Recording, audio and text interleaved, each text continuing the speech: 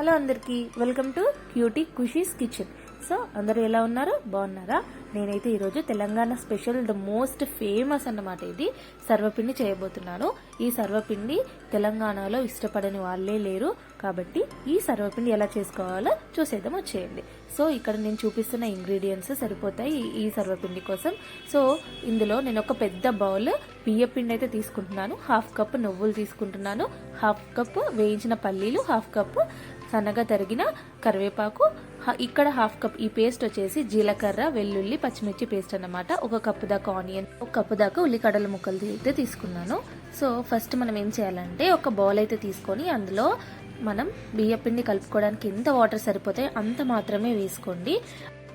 ఇక్కడ నేను చూపిస్తున్న పేస్ట్ వచ్చేసి పచ్చిమిర్చి, జీలకర్ర, వెల్లుల్లి పేస్ట్ అన్నమాట. ఇది కూడా వేసేసుకొని ఒక స్పూన్ ఆయిల్ వేసేసుకొని బాగా మిక్స్ చేసుకొని దాన్ని బాగా బాయిల్ చేసుకోండి. బాయిల్ చేసుకొని చల్లార్చుకొని పక్కన పెట్టుకోండి.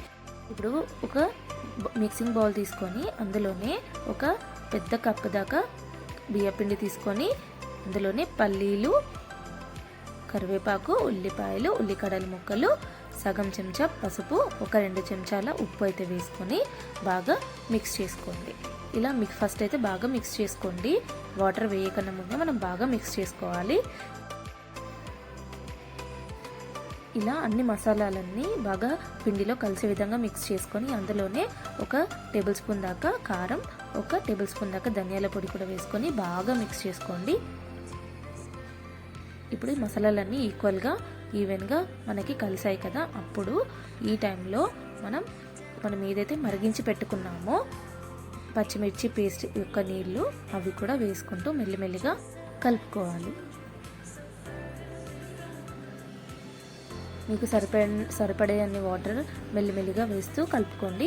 ఒక చపాతీ ముద్దలాగానైతే కలుపుకోండి. బాగా మెత్తగా కాకుండా బాగా గట్టిగా కాకుండా నార్మల్గా ఇలా మీడియంగా కలుపుకోవాలి. ఇలా నేను చూపిస్తున్న విధంగా బాగా పిండిని మెత్తగా కాకుండా గట్టిగా కాకుండా కలుపుకోండి.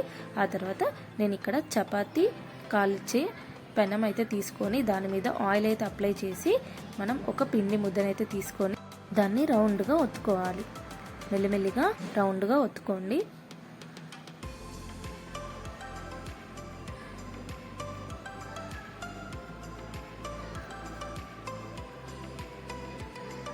బాగా సన్నగా కాకుండా బాగా లావుగా కాకుండా ఈ అప్పని ప్రెస్ చేసుకోవాలి.